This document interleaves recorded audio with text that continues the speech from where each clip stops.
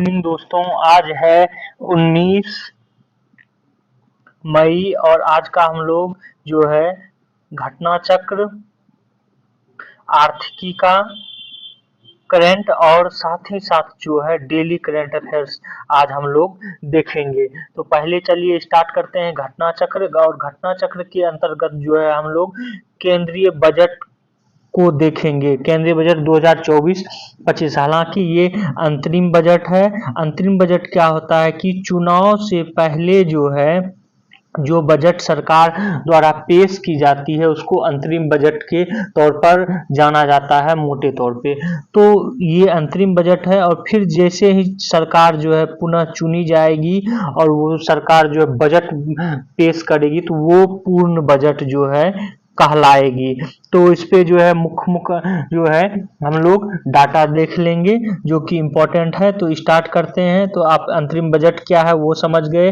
अंतरिम बजट जो है ये 2024-25 1 फरवरी 2024 को वित्त एवं कारपोरेट कार्य मंत्री भारत सरकार निर्मला सीतारमन द्वारा जो है पेश किया गया 2024-25 के लिए। और ये जो अंतरिम बजट था ये 47.66 लाख करोड़ रुपये का जो है अंतरिम बजट अनुमान संसद में प्रस्तुत किया गया है।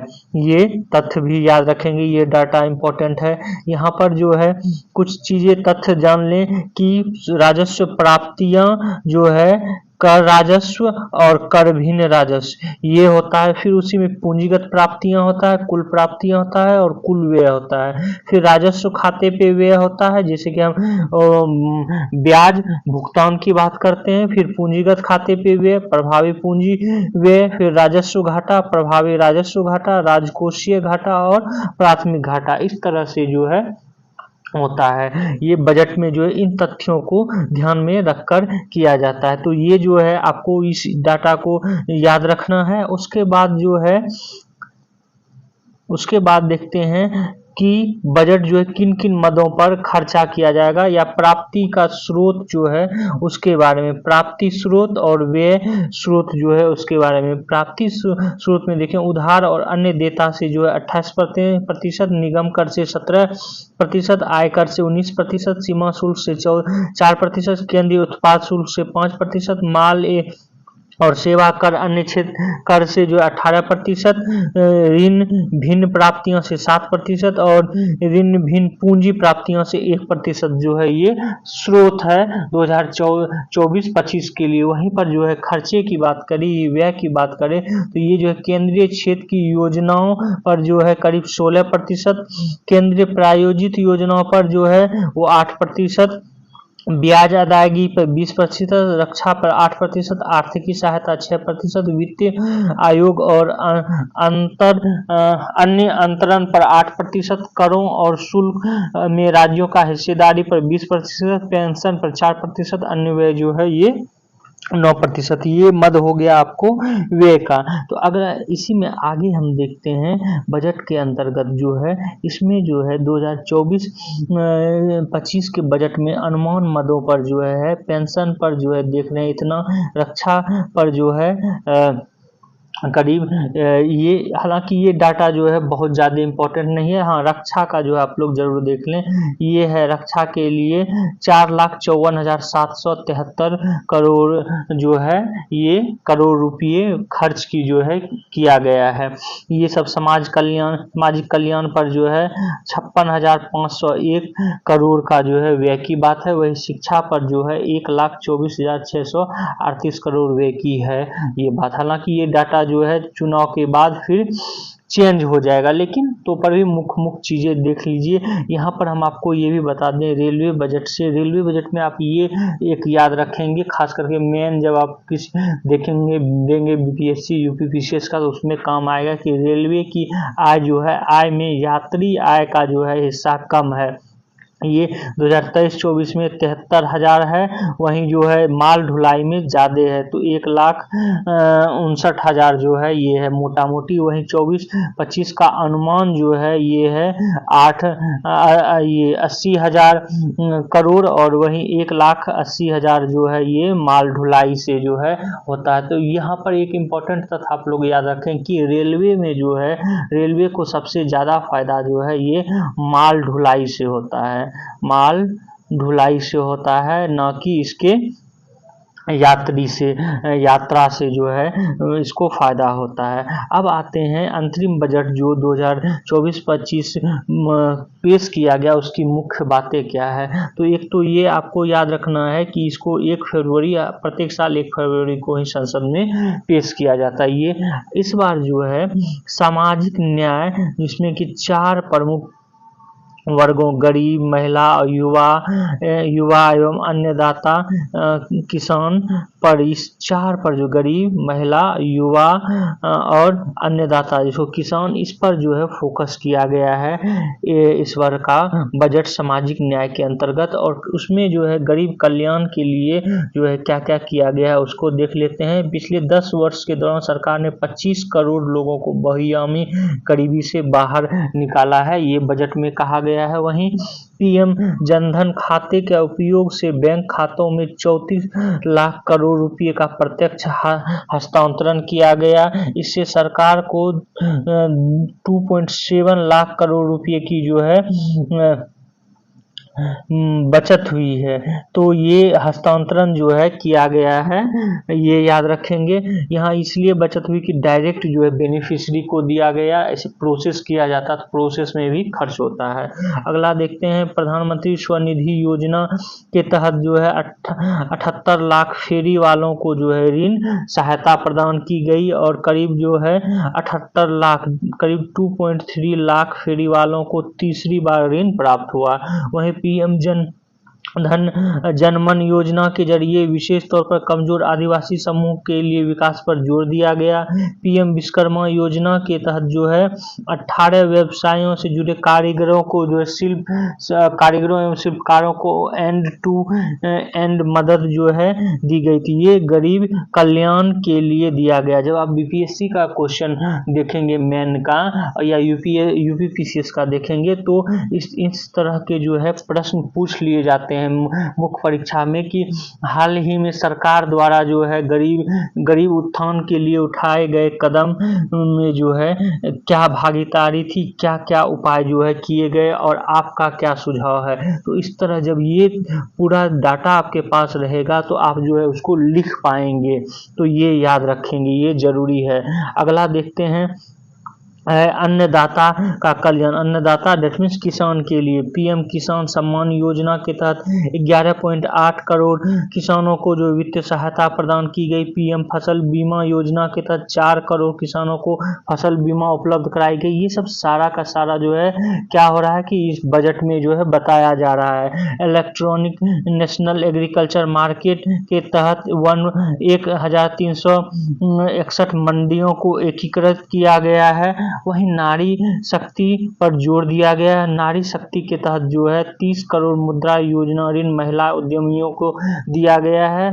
उच्च शिक्षा में महिलाओं का नामांकन 28% तक जो है बढ़ा है, और साथ ही साथ स्टेम पाठ्यक्रमों में छात्राओं एवं महिलाओं की 43% जो है नामांकन, जो दुनिया की सबसे अधिक है, ये भी बढ़ा हुआ है। उसके बाद देखेंगे पीएम आवास योजना के तहत जो है करीब 70% मकान ग्रामीण महिलाओं को जो है दिया गया। तो ये नारी शक्ति का जो है ये पर जोर जो दिया गया है सरकार द्वारा, वो चीजें इसमें दिख रही है। वहीं पर पीएम आवास योजना का देखें, पीएम आवास योजना में जो है अगले 5 वर्षों में 2 करोड़ अतिरिक्त मकान का लक्ष्य जो है रखा गया है। वहीं रूफटॉप सोलराइजेशन के तहत निःशुल्क बिजली की जो है व्यवस्था की गई है और कहा गया है कि छत पर सोलर प्रणाली लगाने से 1 करोड़ परिवारों को हर महीने 300 यूनिट तक निःशुल्क बिजली जो है प्राप्त होगी। तो रूफटॉप सोलराइजेशन जो है इसमें है। अगला देखते हैं आयुष्मान भारत। आयुष्मान भारत योजना के तहत स्वास्थ्य सेवाओं सुरक्षा में सभी आशा कार्यकर्ताओं, आंगनबाड़ी कार्यकर्ताओं और सहायिकाओं को जो है शामिल किया गया है।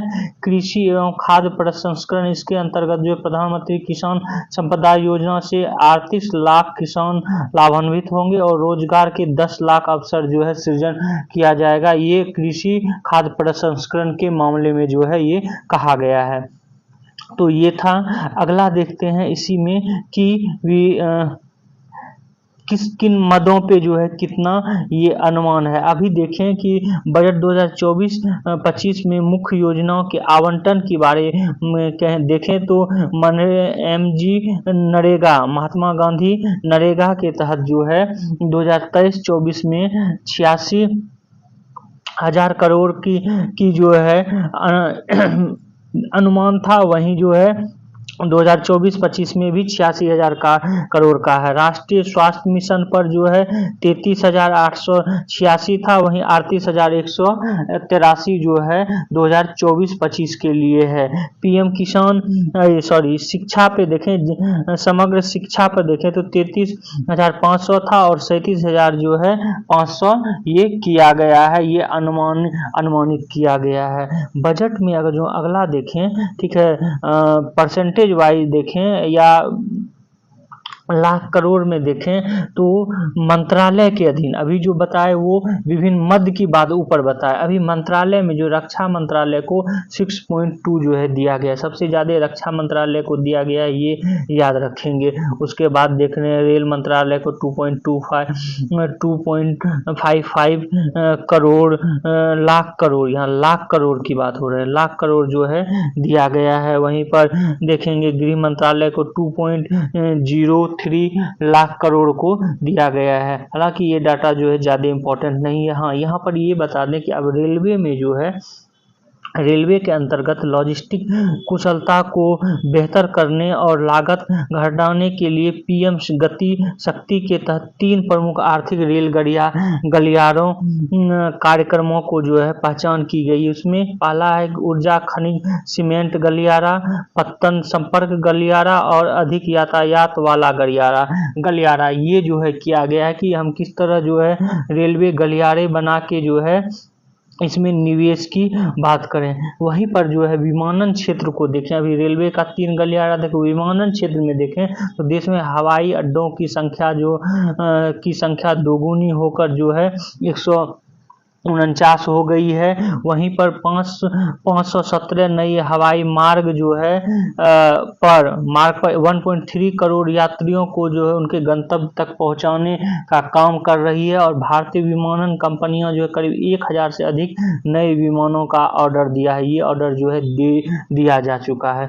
वहीं हरित ऊर्जा पर देखें 2030 तक जो है 100 मीट्रिक टन की कोयले गैसीकरण और तरलीकरण क्षमता स्थापित की जाएगी हरित ऊर्जा के तहत। और निवेश की बात करें तो निवेश में 2014 से 23 के दौरान FDI जो है अंतर्प्रवाह 596 अरब डॉलर का रहा, जो कि 2005 से 2014 के दौरान FDI अंतर्प्रवाह के मुकाबले ये दोगुना है। इस तरह देखेंगे तो ये जो है बढ़ रहा है। अब यहाँ पर बजट में जो है कुछ ये देखते हैं प्रत्यक्ष कर। वित्त मंत्री ने प्रत्यक्ष कर में मौजूदा दरों की जो है बरकरार रहा, जो पहले था वही प्रत्यक्ष कर में अभी भी वर्तमान में जो है रखा गया है। वहीं पर जब हम अप्रत्यक्ष कर देखते हैं तो अप्रत्यक्ष कर में भी जो है वित्त मंत्री अप्रत्यक्ष कर और आयात शुल्कों की वर्तमान दरों को ही जो है बरकरार रखे, तो इसमें कोई चेंजिंग जो है नहीं किया गया है। अगला देखते हैं इसमें जो है कुछ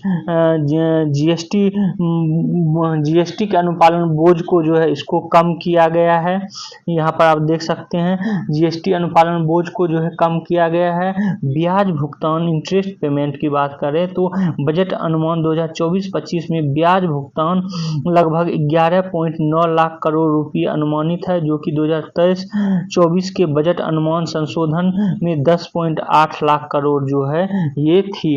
तो ये जो है ये था। और उसके बाद जो मुख्य बजट का मुख्य तथ्य और भी आपको बता दें कि केंद्रीय बजट 2023-24 का लक्ष्य जो है समग्र और दीर्घकालिक दृष्टिकोण के साथ 9 वर्षों में तैयार की गई नींव को जो है मजबूती और 7 प्राथमिकताओं को आगे बढ़ाना। इसमें जो है 7 प्राथमिकताएं कौन कौन से हैं उसको थोड़ा सा हम लोग देख लेते हैं। ये 7 प्राथमिकताएं में है समावेशी विकास, अंतिम छोर या अंतिम व्यक्ति तक जो है पहुंचना, अवसंरचना और निवेश, सक्षमता को सामने लाना, हरित विकास, युवा शक्ति और वित्तीय क्षेत्र। ये 7 निश्चय जो है इस पर जो है बात की गई है। तो ये तो था बजट का। हालांकि जब मेन बजट जो है ये अंतरिम बजट था, मेन बजट जो आएगा वो ज़्यादा इम्पोर्टेंट होगा और उसके बाद जो है चूँकि सारा एग्जाम है तो वो इम्पोर्टेंट है, लेकिन कुछ कुछ तथ्य जो है आप लोग देख लेंगे जिससे कि आपको मेन में लिखने में सुविधा होगी और पीटी में भी काम देगा। अगला देखते हैं डेली करंट अफेयर्स में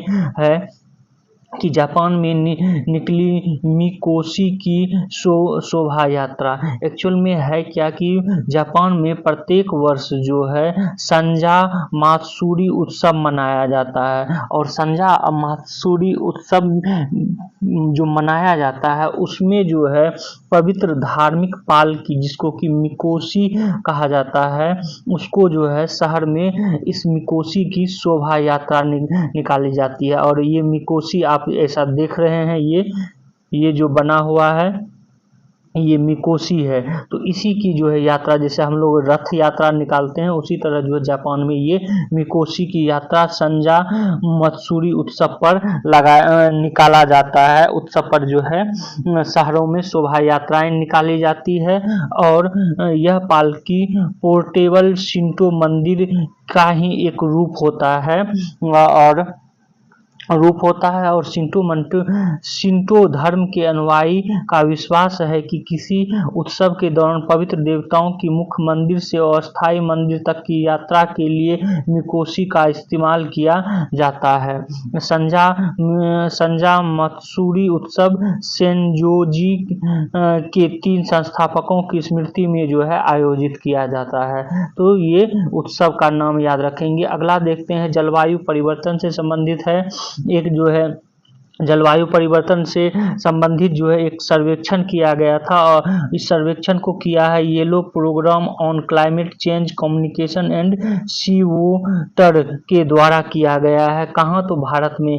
और इस सर्वेक्षण में 91% भारतीयों ने कहा है कि जलवायु परिवर्तन खतरों से जो है चिंतित है भारतीय, 91% भारतीय। तो इसका मतलब ये है कि 91% भारतीयों की जो है भारतीय जलवायु परिवर्तन को लेकर जागरूक हैं। तो ये डाटा जो है जरूरी है कि किसने रिसर्च किया। और जब आप मेन में जो है जलवायु परिवर्तन से संबंधित कोई लेख लिखेंगे, बीपीएससी में लेख लिखेंगे या ठीक है आप जो है जलवायु परिवर्तन से संबंधित कोई तथ्य को प्रस्तुत करेंगे तो ये डाटा आप शेयर कर सकते हैं। इसलिए हमने इसको आज के करंट अफेयर्स में ऐड किया है कि भारतीय जो है जलवायु परिवर्तन से बहुत ही चिंतित है और जो है जलवायु परिवर्तन के प्रति जो है जागरूक भी है। जबकि आप बहुत देशों में देखेंगे वो जलवायु परिवर्तन से संबंधित उसको कोई लेना देना नहीं है। ठीक है, तो इसमें ये भी बता दें कि जलवायु परिवर्तन की मार 85% लोगों ने सर्वेक्षण में कहा कि जलवायु परिवर्तन के प्रभाव का अनुभव जो है वो वर्तमान में कर रहे हैं और 38% को कम से कम एक दिन स्वच्छ पेयजल के बिना जो है रहना पड़ रहा है ये भी, और 72% को सामान्य दिनों में बिजली संबंधी व्यवधान का अनुभव ये भी हुआ है। तो ये डाटा में कहा गया है। अगला देखते हैं डेली करंट अफेयर्स के तहत। तो अगला है ये है